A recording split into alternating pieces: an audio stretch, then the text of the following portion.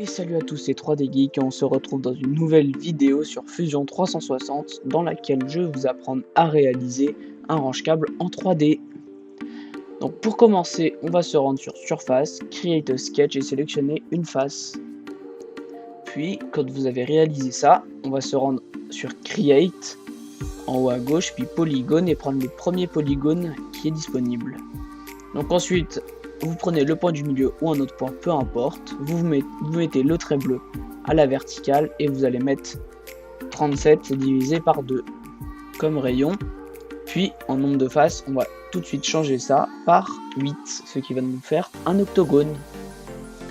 Ensuite, vous appuyez sur Entrée et vous allez aller dans Offset en haut à gauche ou appuyer sur O. Et vous allez sélectionner l'octogone qu'on vient de réaliser. Puis ça nous propose 1 mm, ce qui est parfait, donc on va cliquer sur OK ou Entrée. Ensuite, on va retourner sur Create pour sélectionner Rectangular Pattern, ce qui va nous permettre de créer un pattern qui ira de gauche à droite et de bas en haut.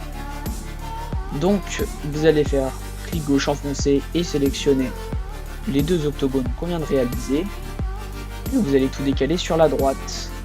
Comme vous pouvez le voir, il y en a 3 qu'on va tout de suite modifier juste ici à côté de la distance. On va passer ça à 4.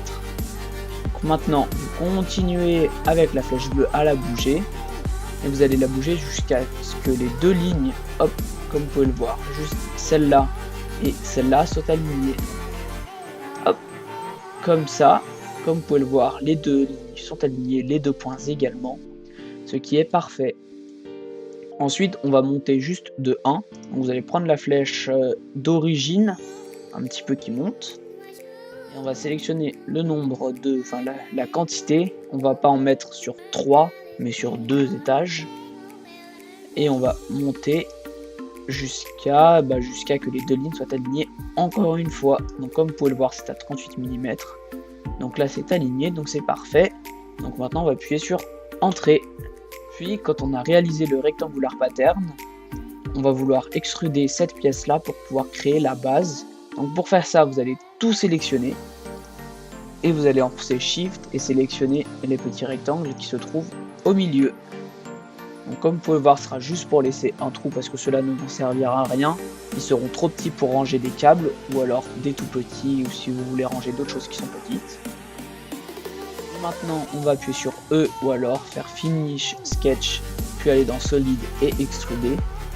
Et on va mettre 1 mm, qui va être la base de notre construction.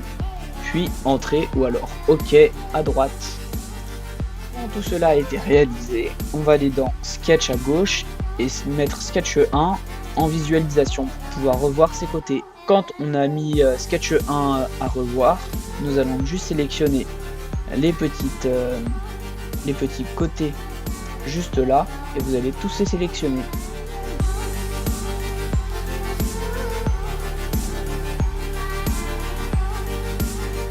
Puis lorsque vous avez sélectionné tous les côtés, comme vous pouvez le voir ici, tous ceux qui sont en rouge, on va aller sur Extrude en haut à gauche ou appuyer sur E et mettre 90 mm.